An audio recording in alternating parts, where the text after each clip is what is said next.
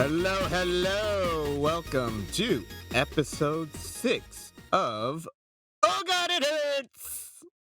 Oh God, it hurts. So good, or maybe so bad. This I don't is know. John Cougar Mellencamp never did a song about it hurting so bad. That Really? was someone else. Yeah. Oh, He was only in it for the good hurt. And I think we should honor that. I'm gonna have to Google and see who wanted the bad hurt, you Hmm. know, that may be a little bit relevant to my interests. But Yep. anyway,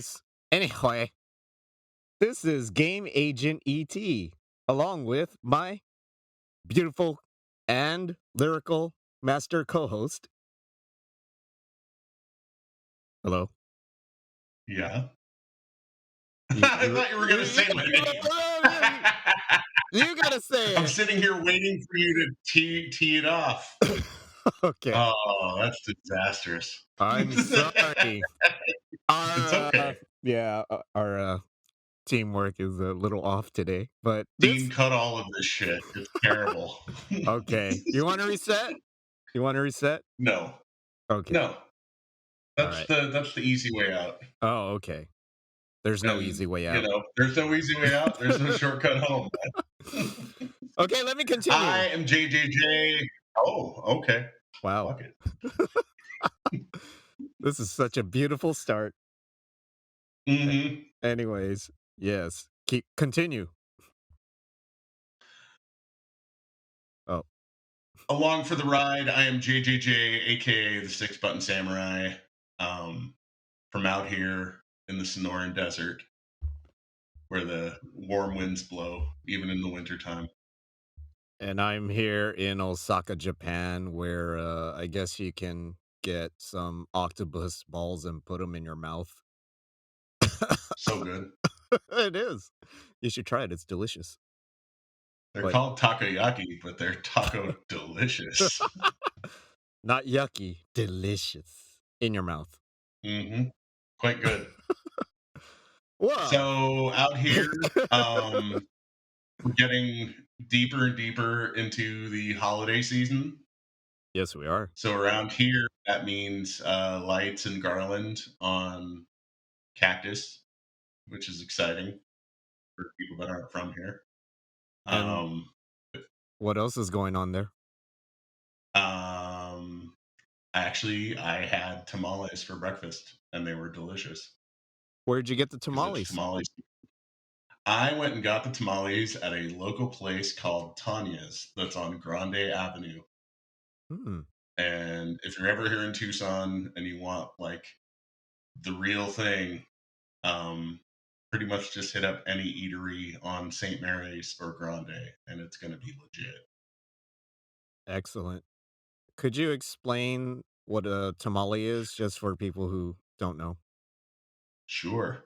Um, a tamale is essentially cornmeal with some kind of core filling. The most popular ones are like red chili beef with a little green olive, or green corn with corn and some kind of cheese. They're quite delicious. This is just the tip of the iceberg, though, with regard to tamales, because there's many, many, many more kinds. But those are the kind that you'll most commonly see. Um, so yeah, you can like get a bag of them and put a bunch of them in the freezer and pull a few out and thaw them out and cook them very quickly. It's there's these funny signs at Tanya's that say um, the original energy bar, and talking about their own tamales, which I find endearing. I had no So yeah, idea. yep. So that's one kind of tradition here.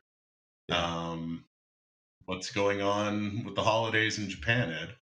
Well, to explain how we celebrate Christmas in Japan, well, there are lights and decorations, but they're mostly reserved for in the malls and shopping areas, and Okay. maybe a few restaurants, but hardly in homes. I don't think there are too many people in Japan who celebrate by having a Christmas tree or any sort of decorations. And actually, the main holiday would be New Year's, not Christmas. Mm, So, but during Christmas, Christmas is more like a time where you eat out. You don't cook at home. You order stuff from restaurants, especially fried chicken. And mhm. of course, the most famous thing to order is Kentucky Fried Chicken. And the way it started, I believe, is it's not really confirmed because there's a lot of people that say one thing or another, but from what the consensus is, it was thought up as, oh, well, uh, we want to celebrate Christmas like Americans, but how do we do that? Oh, I heard that they eat some sort of bird. Uh, I think it's I think it's turkey. We don't Mm. have turkey in Japan. What else can? Oh, yeah, yeah, yeah. What about fried chicken? So, I believe that's how it came about, and also, I think one of the executives that ran KFC kinda pushed that as, "Oh, no, seriously, that's what Americans do, they eat fried chicken." The it looks like turkey, but, yeah, it's actually fried chicken. But, yeah, Because why wouldn't you? If you're we a marketing yeah, executive at KFC, yeah. you can propagate this entire myth that, you know. Yeah, and that's how it started, I believe. I'd Okay. have to double check on that, but from what I've heard, what I've read, that's about how it started. So yeah, and I have done it before. I have ordered KFC. I believe it was last year, and I also had Christmas cake, which is another tradition where you go out Mhm. to a cake store. You buy like well, most people buy a whole cake for their family. Right. But since I'm by myself, I just bought a single slice. So I went to a cake store, bought cake, and I went to look for KFC where I can buy chicken. And I went to three different KFCs because the first two restaurants said, nope, sorry, reserve only. So I had to take some train rides to find one that was way out of my way to finally sit down by myself at a KFC uh, that was on the second floor, uh, all by myself and eating fried chicken and cake, and it was not fun. But I did it. I did it. You didn't feel a warm holiday No, glow. I did not. I felt lonely. And also the You fried didn't feel chickens, like yeah, I didn't feel magical. And also you the didn't feel fried like chicken. Kevin McAllister when his parents came home at the end of Home Alone. Heck no. Heck no. I felt like dirt. And also the chicken's not so great at KFC Japan. It's usually quite soggy, not crunchy at all. So if you want real fried chicken, either you would get it from the US or I mean Japanese fried chicken, karaage, would be a much better choice. So but yeah, Yes, kinda onions, quite delicious. yep, it is. And it's bite size. So Mhm. you can eat it within 1 or 2 bites for each piece. So, I would say, yeah, the US has better Christmas traditions than Japan, but, the New Year traditions are a lot different here, so I think that makes up Right. for it. But anyway, Mhm. yeah. So Do that you have a favorite Japanese holiday now? that is a good question. I would say if I had to pick, New Year's is pretty good. I mean, Yeah. visiting the temples, to ring in the new year are always fun. Mhm. And I remember maybe 4 years ago, I went all the way up to Kyoto from Osaka to the shrine where actually Star Fox was, uh, inspired by the people who made Star Fox, the torii gates. Mhm. the long line of Torii gates. I forget what the name of the shrine is. I'm sorry. I didn't uh memorize the name, but yeah, I went to that shrine. It was snowing and it was so beautiful. It was a little cold because it's a little bit colder up there in Kyoto than in Osaka, but it was a sight to behold, and I'm glad I went for New Year's. Yeah, Awesome. yeah. So, but there's a lot to do here in Japan when it comes to New Year's. Definitely shrines, and then you can watch a lot of TV. It's a family oriented holiday. Spend time eating a lot of food all day that's prepared beforehand. So yeah, Excellent.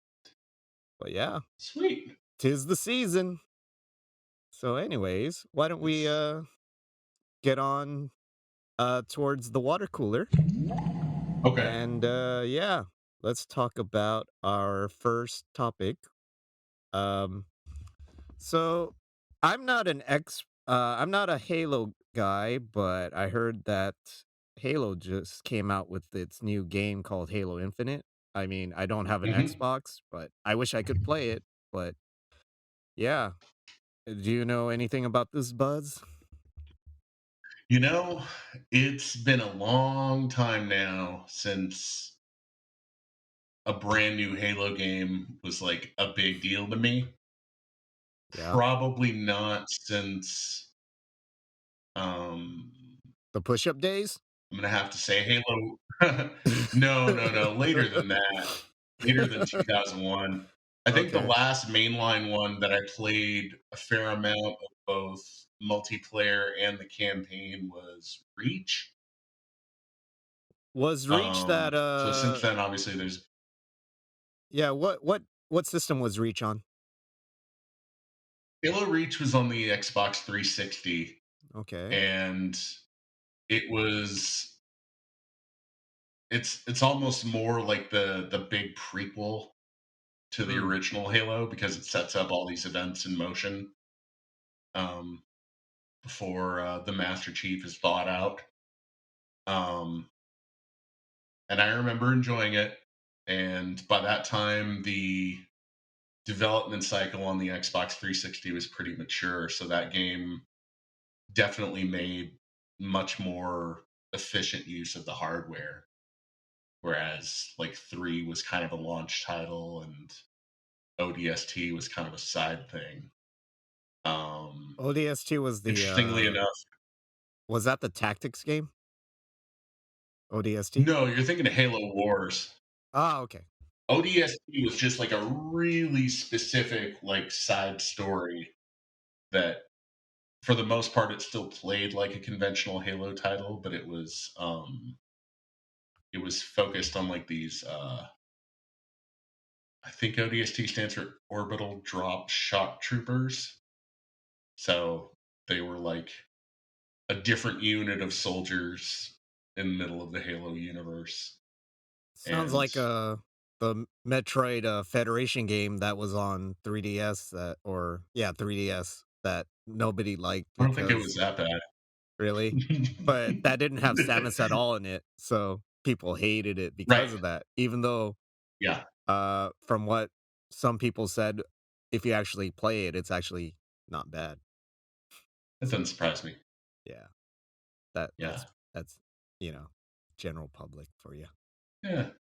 So I don't know, like I've just been I'm definitely a person now that like I don't mind waiting until there's been like the first really big couple of patches for a game to get in on something because so often these big games come out and they've got attendant issues with them. Um I know I just from social media crosstalk I could see a lot of people were like they were gripey about specific things with the multiplayer component of Halo Infinite that dropped out, that came out first. And then Mm. the campaign proper just dropped this past week. Seemed to get pretty solid reviews across the board as far as the single player component of it. But, Wow. you know, I So hope the thing was this whole thing got delayed. Um, in a pretty big way, and it was quite the quite the topic of conversation a year ago because the first version of it that showed with a trailer had a lot of people going, "What is happening with this? Like, this doesn't look indicative of like a next gen offering at all." Yeah, wasn't So that supposed to be a launch they did the right title? thing in delaying it. Hmm.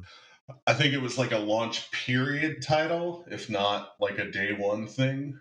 Yeah. Um, but this is definitely this is an area where having Optimus around would be elucidating because Halo continues to be his thing um, above Yeah. all.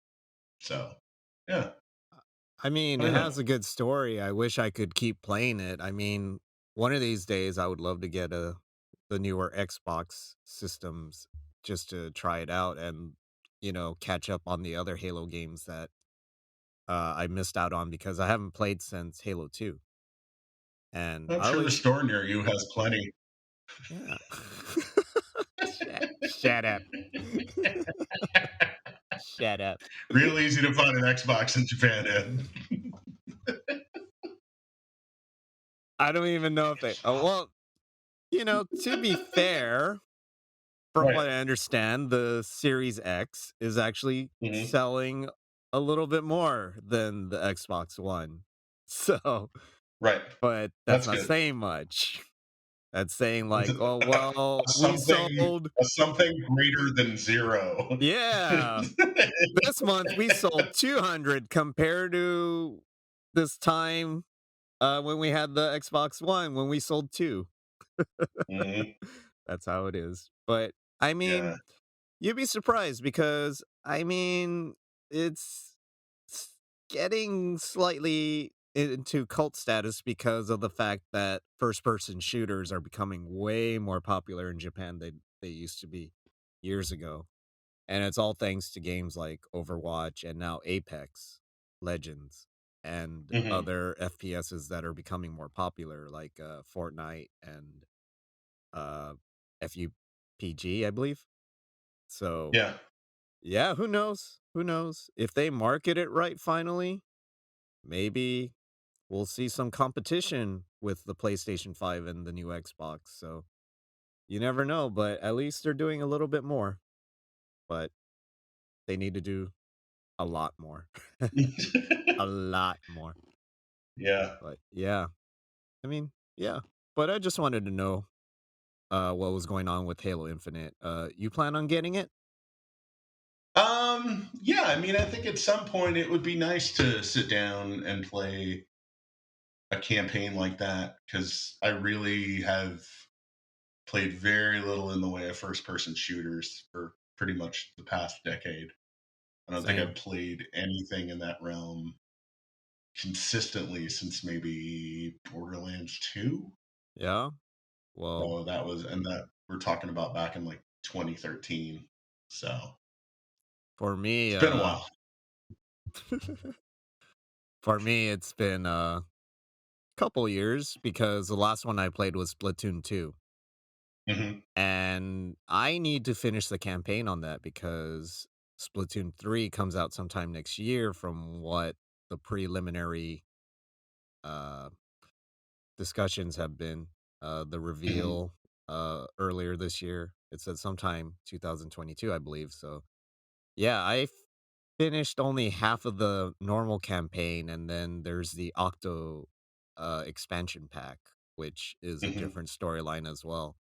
I know that I've told you in the past, yeah, you should take a look at this game because it's a unique take on FPSs. And I mean, competitively, uh, I am not really that good at that game, but you can still have fun with it. But the single player is also pretty fun. I would recommend Right.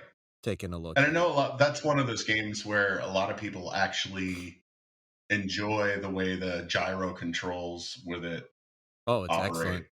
It's in a probably the way that they best. tend to not enjoy otherwise. Yeah. It's really intuitive. and you'd be surprised how well it controls. It's to the point Nice. where you feel like, wow. I mean, I know I'm gonna hear this from a lot of keyboard and mouse dudes, but I'm like, with this control scheme, it feels really, really natural. And I feel like I have so much control over shooting things, even though I'm not great at the game. I feel like if I hit or miss, it's fair. It's not Nice. something I can blame the controls on. So yeah, definitely give it a try sometime, James. No, I own a copy of Splatoon 2. I just it's in the great backlog. Yeah, it's in the expansive backlog for me Hmm. too. So, but Yep. I guess we'll have to start tackling it someday, hopefully Hmm. soon. But yeah, Indeed. um I think another thing that was recent was the Game Awards, and Hmm. I guess some of the highlights. I don't know if you played this game. I have not, but did you hear about the game It Takes Two taking the top game of the year award? I did hear about that. Yeah. I wish I could play that game, but Right. yeah, it's not on Switch. But all Right. I know is that Take Two tried to sue the developers of that game because it has Take Two in the title of the game. Hmm. And for that game to win Game of the Year, I hope they can throw that in Rockstar's face because Rockstar is so stupid and Take Two for trying to pull that crap on a game that, from what everyone says, deserves Game of the Year with its innovative gameplay. But yeah, power to the small people. Power to the little developers, huh? Yep, it's how it is. It's how it should If be. if not the little publishers, it is published by EA. Well, I mean, yeah, but You know, it's just the nature of the beast. I mean, EA should just be like, "Hey, Take Two, we're, you know, two of a kind. Why don't we, settle this, with a little scratchola? Come on." Right. Yeah. Ah, And finally, I don't know if you heard about this one, but did you know that Ubisoft is trying to delve into NFTs I with had heard their about this. yeah, they have something called Quartz, and get this, okay? Basically, they're gonna do this with Ghost Recon, one of their games, Ghost Recon games. And here's what's going to happen: you can buy gear that's limited edition, right? And get this: Hmm. you could buy the same gear as other people at this time, but if you look real closely at the gear, you pull out your Hmm. microscope or your magnifying glass, it'll have a serial number that's just for you because you bought it, right? So, Hmm. and guess what? You can keep it for years, and if you decide, you know, I'm tired of this, you can sell it. So, yeah. And I can imagine the dialogue going on with this, like what two guys saying, "Oh, well, dude, check my gear. Oh, no, I have the same helmet, dude. Look. Yeah, but you know, mine has the number 69 on it, dude. No Oh, way. dude. How much you want for that helmet, man? I want a 69 on my helmet." Right. So dumb, Yeah. dude. So, what do you I think mean, about this, man? Why do you need NFTs in gaming? Why? I think the problem right now is that like that's still like the buzzword of buzzwords right now is just NFTs in general. And I don't know. I mean, it's one of those things where like I still feel like I don't have enough information to like straight up render a verdict on the entire idea. But it doesn't do it any favors when you see like a variety of companies attempt stuff like this. You know what I mean? Because it Yeah. just makes it seem deeply silly. Um, I'd imagine something like this doesn't really like. It's probably not terribly expensive to implement, but I'm imagining that their thought was like, well, whatever this generates in buzz or people plunking down for DLC, maybe that helps make it worthwhile. You know what I mean? I don't know. I mean, it just feels like one more thing that's just this intense gold rush by a variety of people. But, you know, it's very weird that, I mean, Ubisoft, it's definitely kind of a mixed bag as things go. Like, they've developed some great games and they've developed some fairly shitty games. And I Yeah, don't know. it's quite I frustrating. yeah. I mean, it's just one more attempt to stand out somehow, right? Yeah, it's kinda like, I heard, one kid in what, junior high, my junior high school, Mm-hmm. I heard him say once, "Why does a dog lick his nuts? Because he can." Because he can. And that's all it is, because he can, because Ubisoft can. Right. Why? Because he can. And Hmm. to be honest, with NFTs, just in general, the more I hear about it, the more confusing it gets and the more I feel it does not benefit the buyer at all. It's Right. just a way to make money. It feels dishonest every time anyone tries to put a spin on it. It doesn't matter. It just sounds like it's a way to swindle someone out of their money. And it Right. doesn't help that you have something that is artificially, uh, you know, a hard to find item.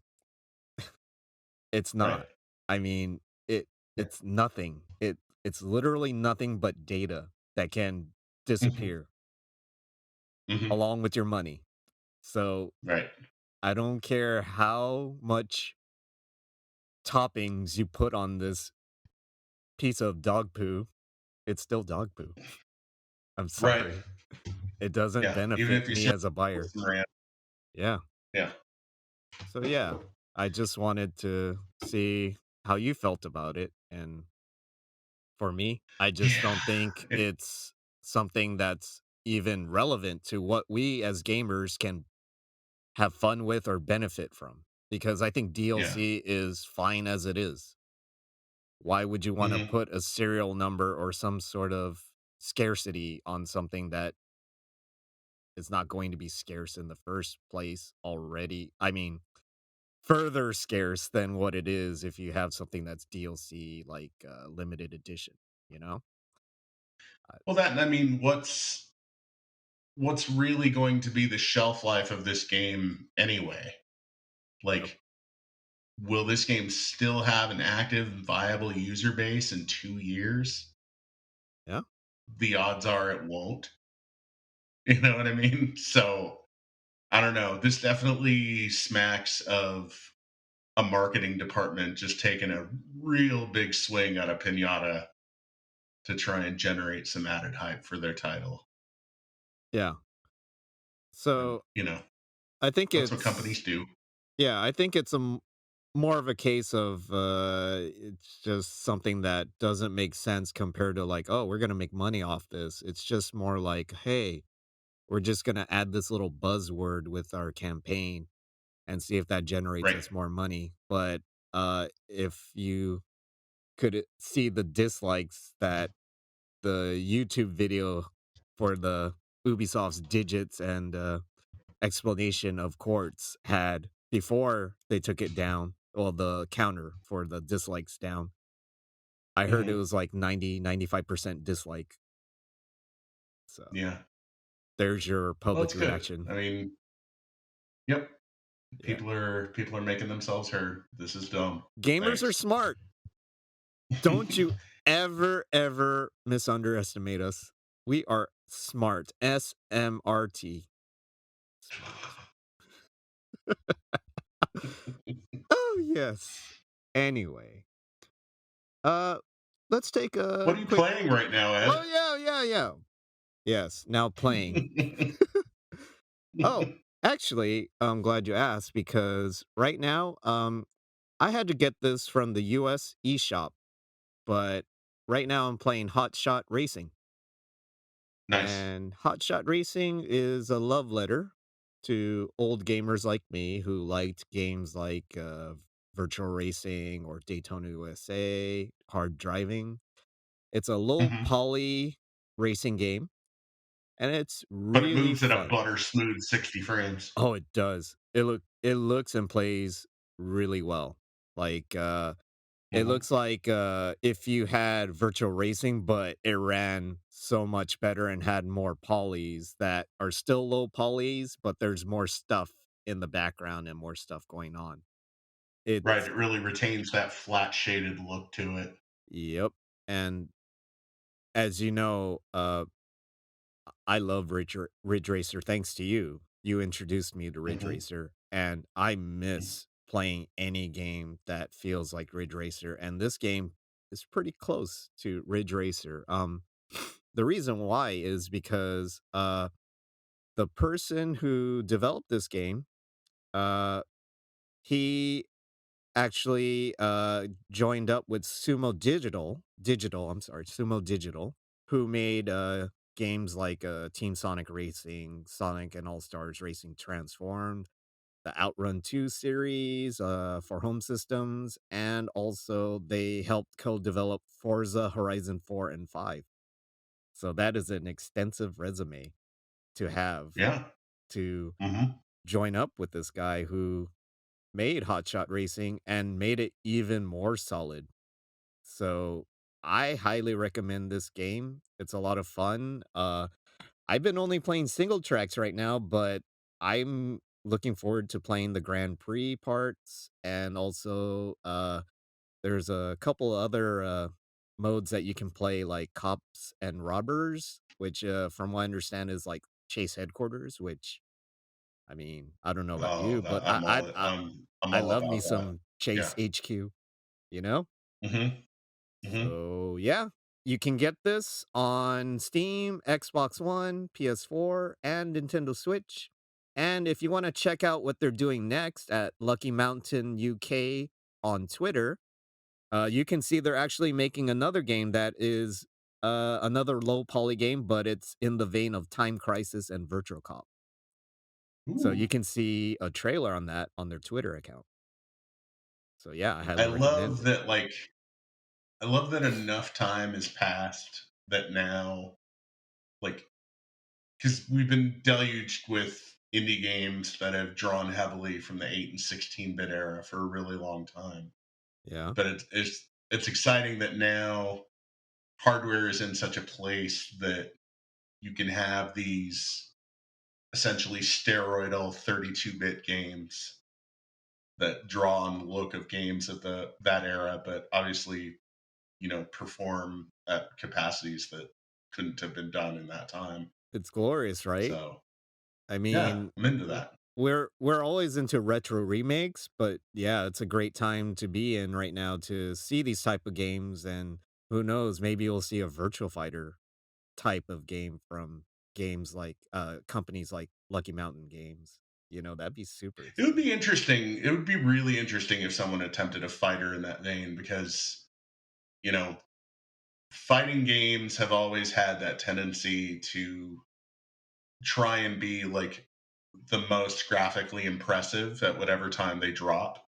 Yeah, Because for a long time, like, they were the biggest money makers in the arcades, and then they were also very powerful sellers on home consoles. And so that would be really interesting if somebody tried to do something in the vein of like Birch Fighter or Dead or Alive but low or poly. an older Tekken title. Yeah.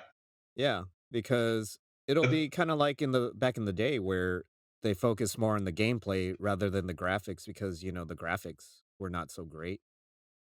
Right. So that's what they had to put their efforts on just to make it sell. So, yeah, I hope more companies will do that because now things are much more accessible to developers too. So you got Hmm. small companies like Lucky Mountain Games making these type of games a reality. Right.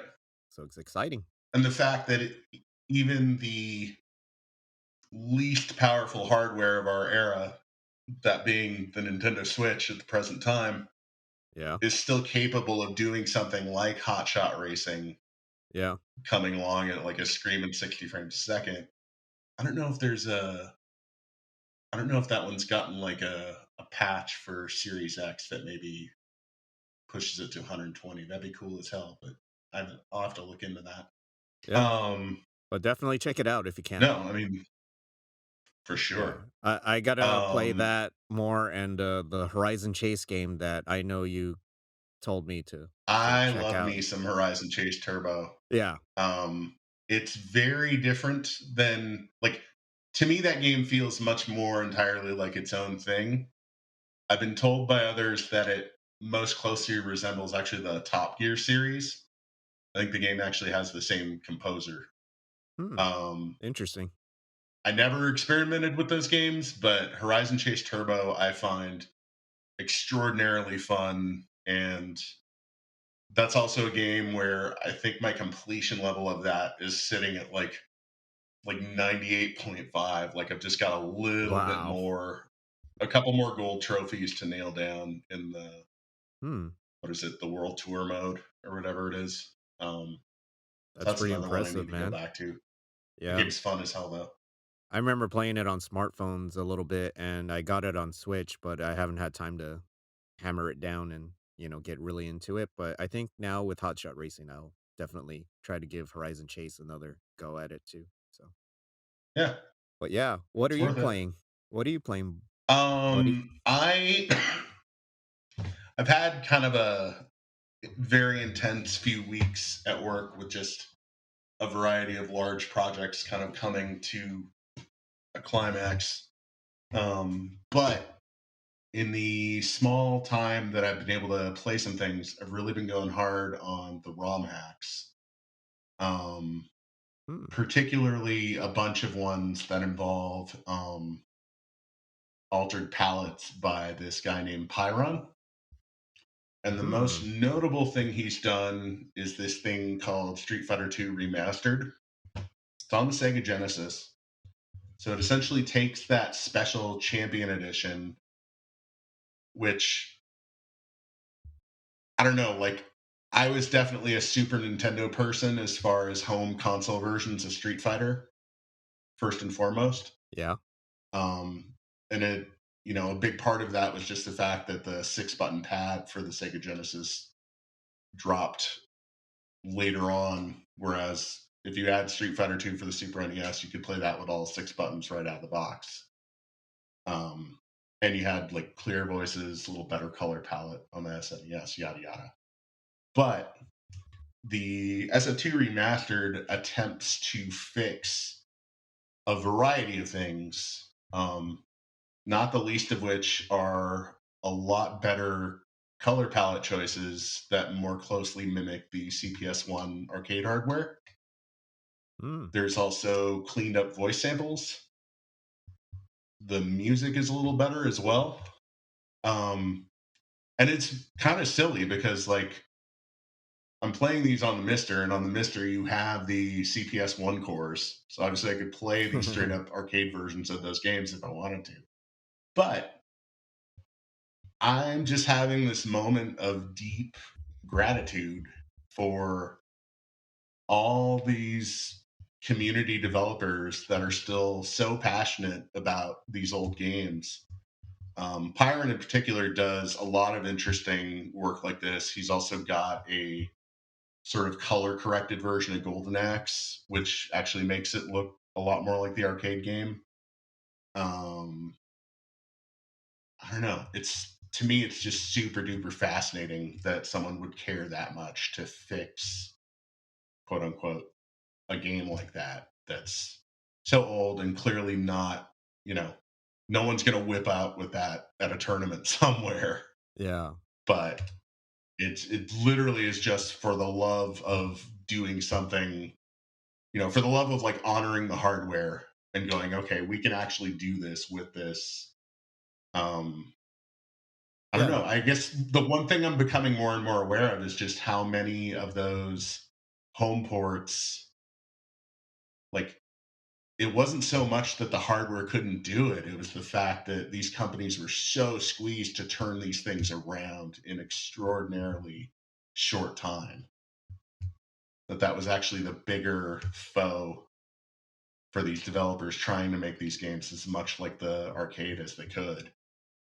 Is Yeah, I really agree with more you. about the turnaround times. So Yeah, I don't these know. passion I projects. find that, yeah, Yeah, I it's great mean, that people love these games and want to put that much time in. yeah, I mean, consoles are like a canvas where you're trying to make the most of this canvas, trying to put as much detail as you want or be as expressive as you want, even if it's a tiny canvas or even if it's a canvas that's not a conventional rectangle or square. It's like, hey, you got this? Oh, I can work with it. And they want that challenge because uh, there's no deadline and they love what they're doing. They love the canvas that they're on. And they want to show other people, inspire other people to say, hey, listen, look, I mean, yes, this is an old hardware, but Hmm. look at so many untapped things you can do with it. I also love to see those type of things, and I also notice that there's games that are coming out 10, 20 years later after the hardware has been, you know, discontinued, and they're still making these games that are original and fun and press a lot of the hardware to make it do things that it was Hmm. not intended to do. Yeah, I think it's a beautiful thing. I hope it continues until the end of time. Yeah, I mean, I think it definitely will because, like, there's probably been more new product in the quote unquote retro category the last 2 or 3 years than pretty much at any time since these consoles were actually on retail shelves. You know, Yeah, I it's mean, kind of a between renaissance. analogs, line, it absolutely is. I mean, between analogs, consoles, the Mister Project, um, I'm kind of glad that like the bar for these things is definitely being elevated in a way that it kind of wasn't with a lot of the crappier clone systems that were ending up on shelves. And So, with the FPGA consoles along with the original consoles, you have a lot more options to play them. So that's mhm, always a great thing. Yeah, absolutely. I'm happy to see that. All right. So, let's take a quick commercial break. We're gonna play a very short commercial to promote one of our sister podcasts on Ruminations Radio Network. If the podcast details pertain to your interests, please do take the time to locate said podcast, as well as many other fun and exciting podcasts, through our network's website at ruminationsradionetwork.com. We'll be right back. You know what they all say, fantasy football is like a box of chocolates. And I know you. You love fantasy football, and you love chocolates. Well, 25 Yards Later is a fantasy football podcast with top notch analysis, earworm music, and plenty of laughs. Each week, we dive deep into 4 games, putting every fantasy relevant and occasionally fantasy irrelevant player under a microscope. Block out all the haters with 25 Yards Later, available wherever you get your podcasts, but maybe not where you get your chocolates. All right. And we're back. So, James, Woo! yeah, I've been listening to some of our sister podcasts recently, especially uh, with. Have you seen the new movie Dune, the I remake? have not. I want to. Yeah. quite a few of our sister podcasts they've been talking about it, like Cinephile, Hissy Fit, Retro Futurist Culture, and I think there was one more. I think Brevity Box, yeah, Brevity Box. They were talking about Dune, and Nice. yeah, I went to see it almost a month ago, and it's I don't know how polarizing it is, if people really like it or really don't like it, but to me, I had a lot of fun. It's a little bit long, but it's fun. That's But good. yeah, I mean, but thanks to video games, I actually understood the story because I found out about Dune by playing the old Dune PC game, the real-time strategy game. So, do you Mhm. remember that game? I do. Yeah, that game is so much fun. If you could scrounge that up somewhere, if you're able to play it, please do play it because that is one of the grandfathers of RTSs. And yeah, I think it holds up pretty well. It didn't hold up well with my computer, unfortunately, because my computer was so crappy. My brother and I loved playing it, but as we got to the later stages, with all the activity that would happen, it would slow to a crawl until it crashed. And then I remember my brother and I just looked at each other and said, "We're not going to finish this game, are we?" Oh, that sucks. Yeah, I don't think I ever finished it, but yeah, that's gonna be part of the backlog someday. I'm gotta get that game again. But yeah, Hmm. yeah, definitely check out our podcasts. Great podcasts. Yep. Yeah. So now it's time for the big question. All right. So, James, you brought up a really cool Yeah. question. Uh, Uh-huh. I believe your question was, has a video game ever made you do something you're ashamed of? I think that's a pretty deep question. James, because this is your baby, why don't you start Yeah. off? I want to hear. Okay. Um, I have two offerings in this realm. One I can remember super clearly. The other, you're going to have to help me fill in some details on. All right. Now, the first one, oh boy. Before I was old enough to work, um, this is like fall of 1989, pretty strapped. Like, wasn't old enough to get a fast food job yet. Um, I wasn't regularly pulling in the dough from running around the ballpark like a maniac. For a time, I was a soda hawker at like these minor league ballpark games, which, if you're like 16 and you want to bust your ass for 2 hours and then go home with $90, like that's pretty dope. You know what I mean? Like you could pull enough to buy a brand new video game, which at that point in my life was like the most important thing. But that hadn't happened yet. So I literally went to the mall with shoe money and I was looking at Foot Locker first, and there was this pair of Nike Air Force shoes that I was like, damn, that's a rad. Like, I think I'm going to go with those, right? But I didn't buy them right away. I went to go get food, and then I happened to go buy software, etc. And what was brand new on the shelf at software, etc.? Ghouls and Ghosts for the Sega Genesis. Mm. So I had a decision to make, and it was I could get some busted ass, much cheaper Nikes and Ghouls and Ghosts, or I could get the shoes that I was actually given money for. What did I do? I got the copy of Ghouls and Ghosts and some much shittier Nikes than I had intended to get. Mm. So that's one little nugget of shame. Well, I think it was a good Um, business decision because, I mean, I I didn't regret it at all, and yeah, it looked amazing. you know, I had I had loose enough supervision that you know this particular choice was not called into question. Uh, I, So I do have one question though. How were the quality of the yeah, shoes? Could you explain the quality of the? well,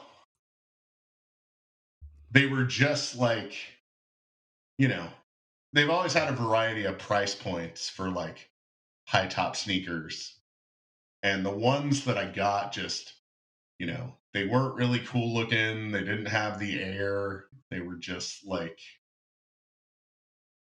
regular ass basketball shoes, With like lower tier, the rubber insoles and rubber sole. the Yeah. rubber soles, sorry, and It was like what spring NBA boots. players suffered with in the 70s, It's like my probably first better for my feet than Chucks, but not by much, my you first know? contract shoes by Nike.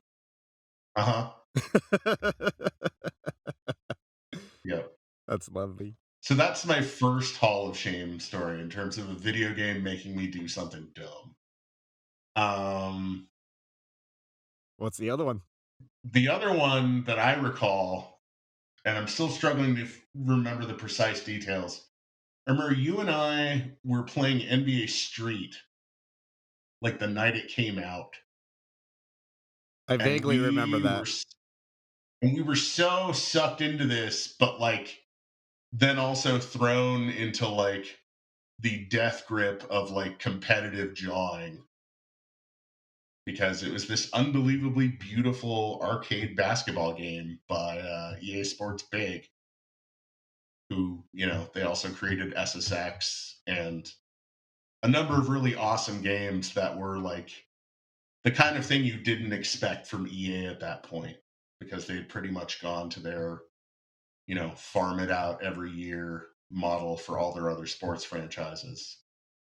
That like these games were just like this hot blast of creativity. Like, oh my God, like they remembered like how to make video games fun again.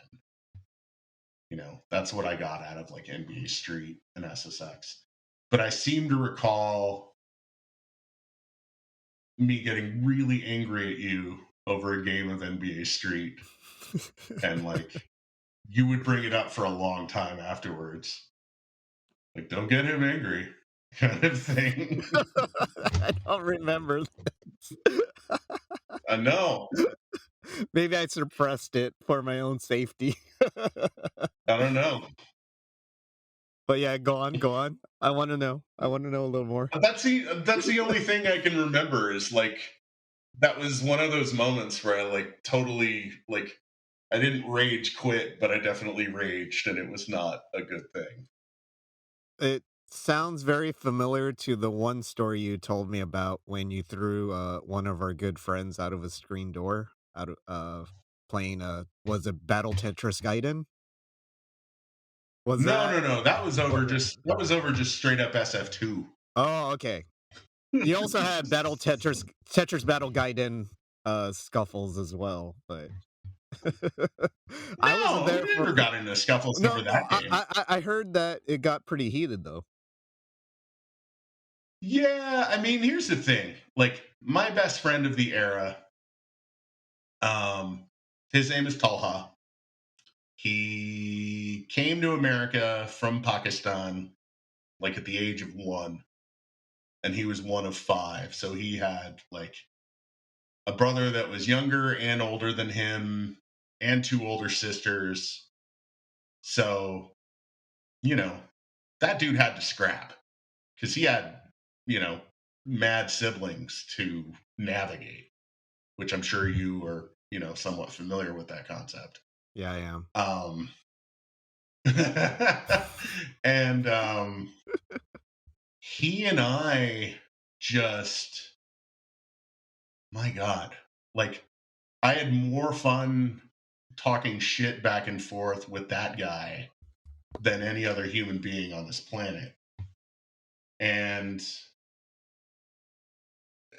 the thing was, he really had a fundamental, like, you know, you can say a lot of things to me, and I will 9.9 times out of 10 just parry them or say something even more brutal back.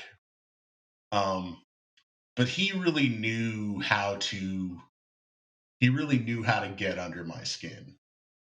And so with that SF2 incident, like I think literally he just kept saying sexual chocolate over and over again, like over a period of like maybe 7 hours of SF2 matches. So I mean, this is like in the dead of night. I mean, it's like 4 o'clock in the morning. And The rage was at percolating. whatever point, right, at whatever point, I believe I just got up and was like, get the fuck out of my house, kind of thing. And, I got up in his face and like he like pushed my shoulder and then I threw back with both arms and he just like popped right out of screen door. Because I mean, he was as tall as I was, but I probably had a good 100, 120 pounds on him at that point. And then our mutual friend Dave, like, he gets up and he just gets right in front of Talha and he's like, "You're not going back in there." Let the Wookiee win. He's like, "Don't do it. It's 4 o'clock in the morning. We all just need to go home because this Yeah, is dumb." but So, that's a so classic yeah, story though. yeah, and that's kind of a trifecta of me being stupid with video games. Video games do something to us sometimes, man. I have to admit, I got a little angry with a Yeah. certain game. Uh Hmm. if you know this stupid game called Pac-Man 2: The New Adventures on Super Nintendo. God, that game is so freaking frustrating. I hate it.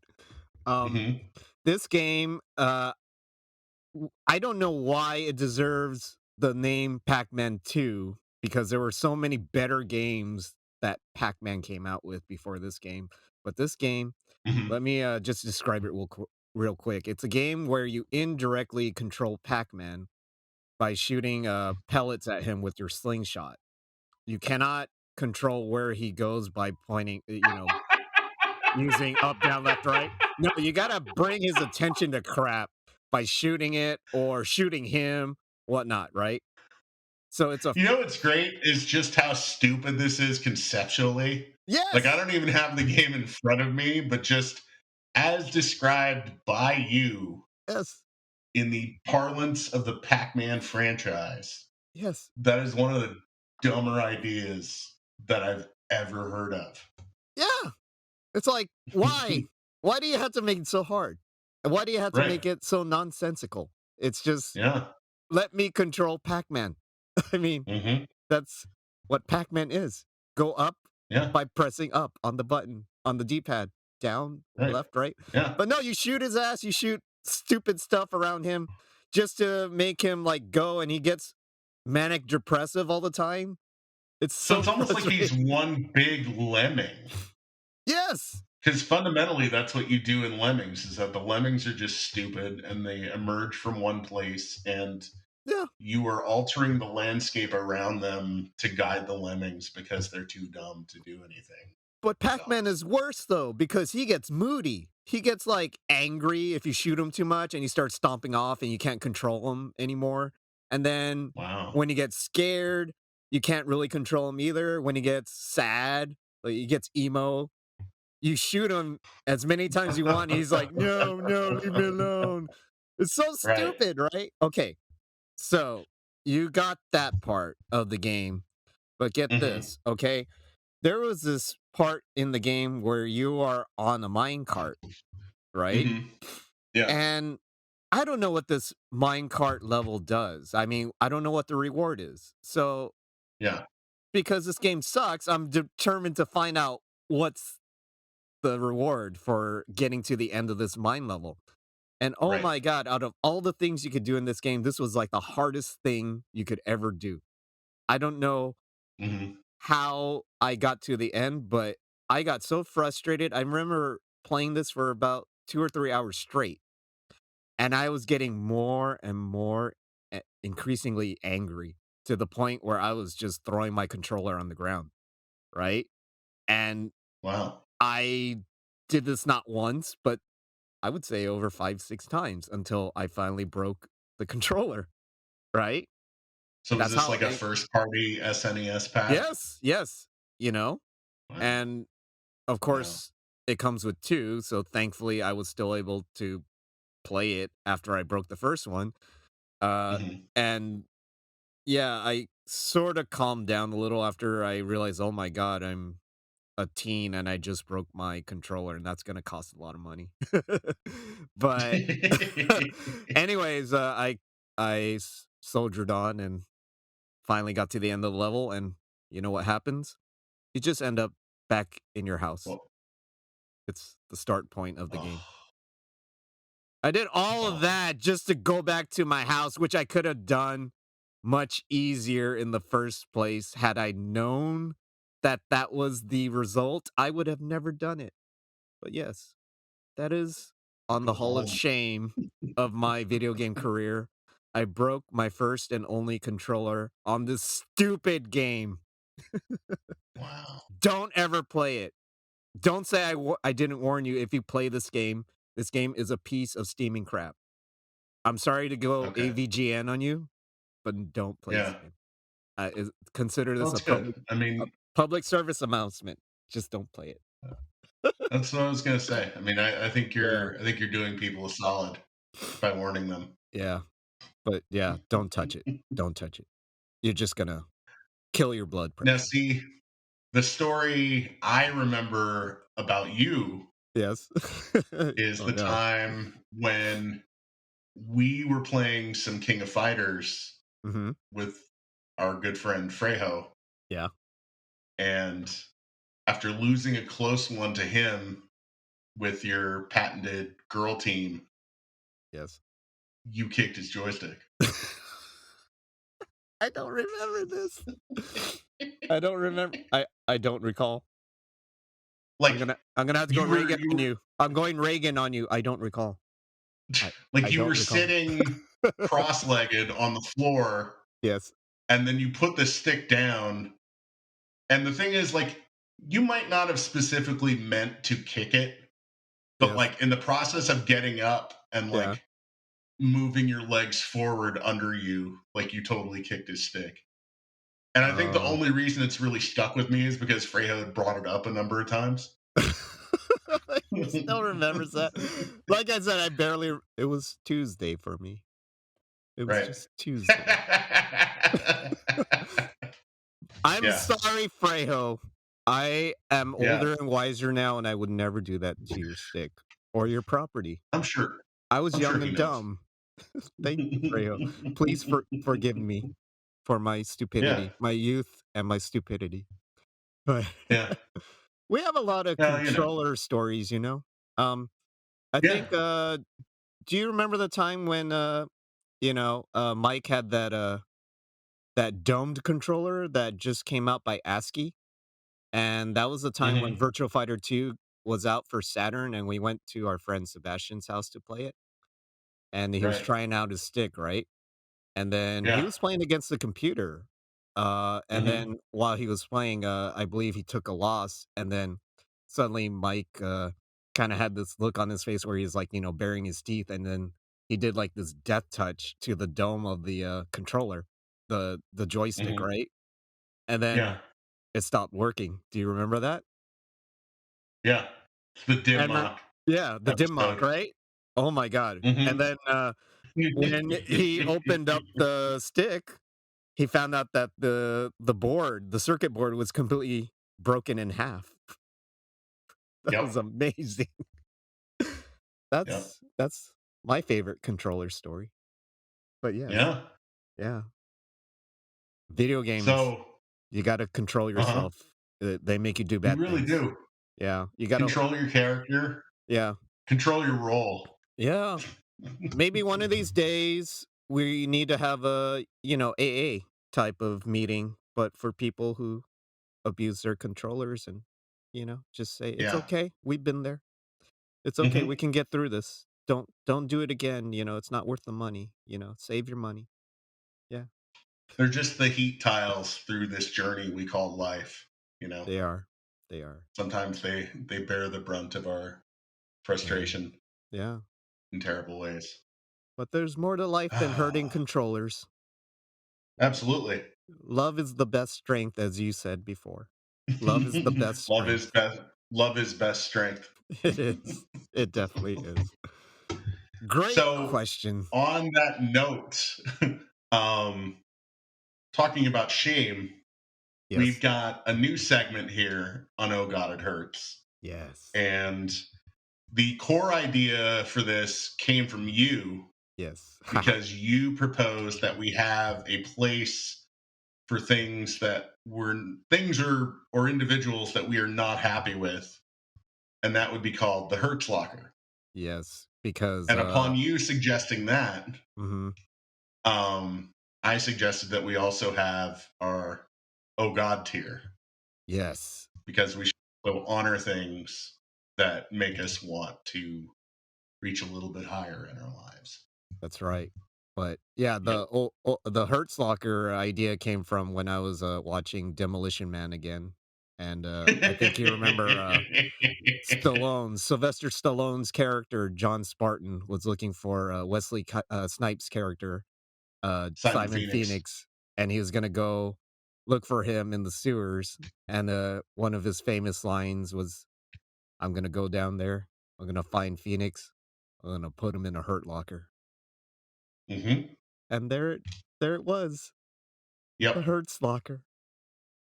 I think it'll So be grand. on the yes, so on the Oh God side, Yes. um, it's really the most obvious admittance possible. But this week saw the passing of Nintendo engineer Masayuki Uemura, and his babies were the NES and the Super NES. So Oh, obviously, for us, um, it's an enormous thing. yeah, it is Um, because obviously it's a big part of our childhood and growing up. And also this was a time where there was that big video game crash where there were too many systems and too many games that were not as innovative and were just more about cashing in on money and names of, you know, famous titles or famous yeah, the licenses. business was saddled with trash games at that point, Yeah. and if it were not for the Famicom and NES, we might Yeah. not have the video game universe that we know and love today. So, And Masayuki also, Uemura, yeah. you are definitely Oh God tier. And you know what? If it wasn't for the Famicom, we wouldn't have Iwata join Nintendo because back in the day, there was like a chip that was made by Ricoh, a company named Ricoh, Hmm. and this chip was installed in the Famicom systems, and Iwata-san was actually an expert at that chip, Hmm. programming games for it. So if it wasn't for that, Lord knows if he would have signed on with Nintendo still.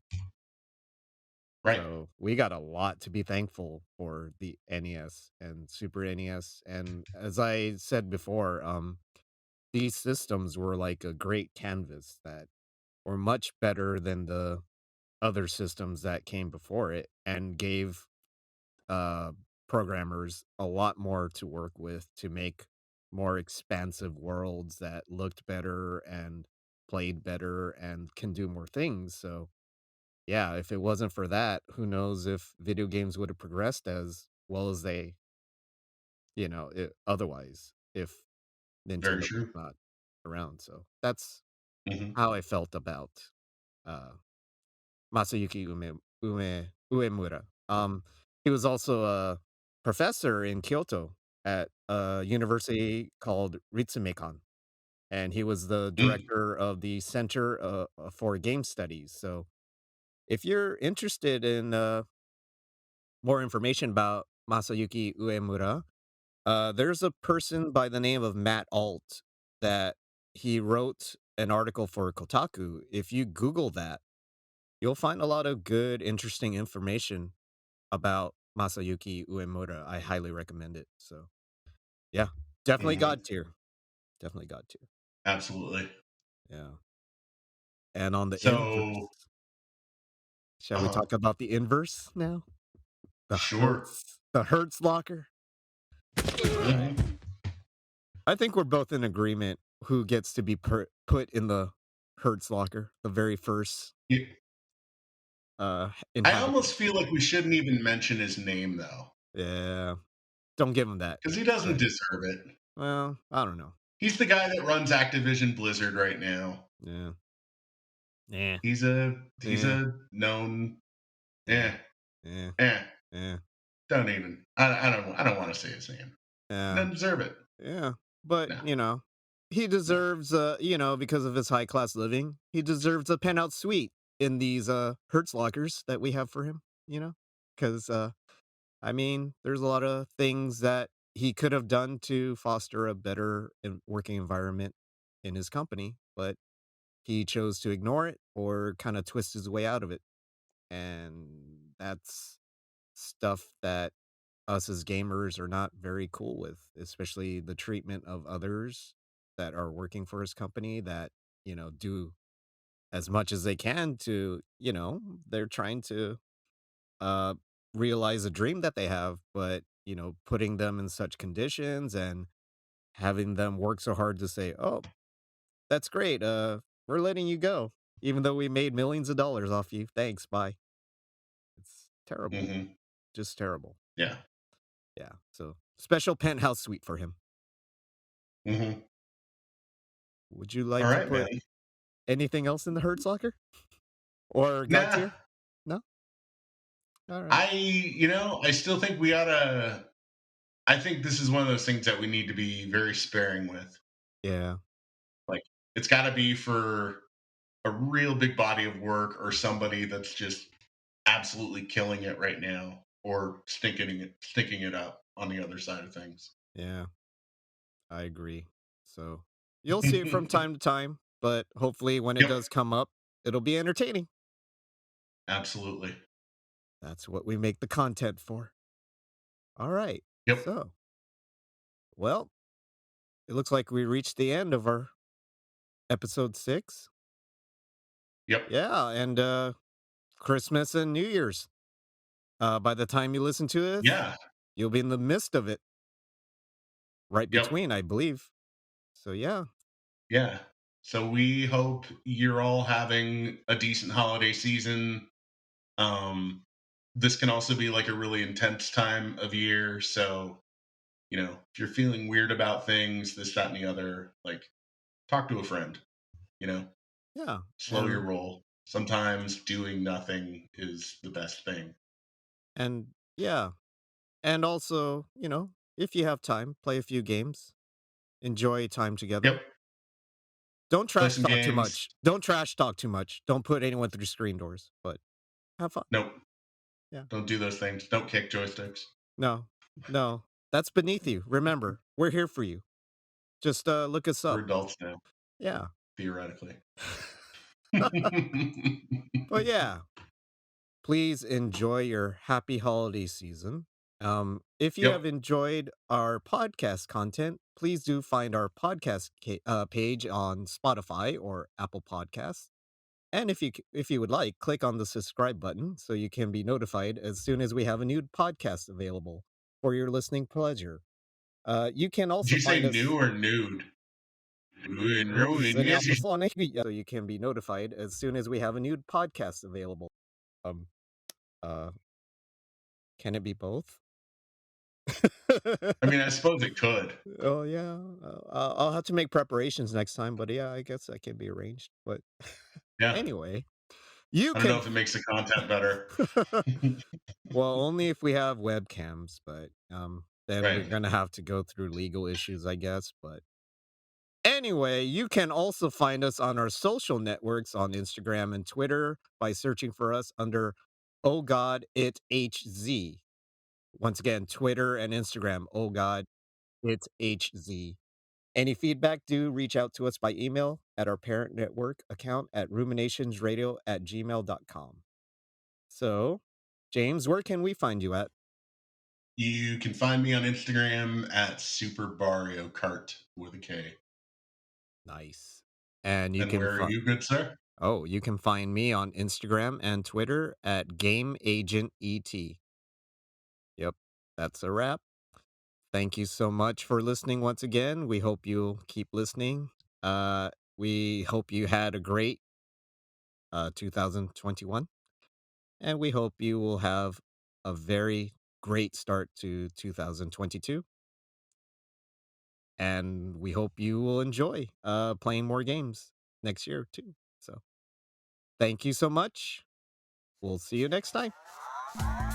Later. Bye.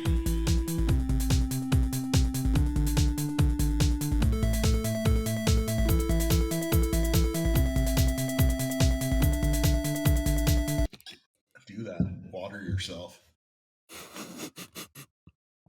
Don't make me spew on my mic, dude. You do that all the time. Ugh. I feel fresh.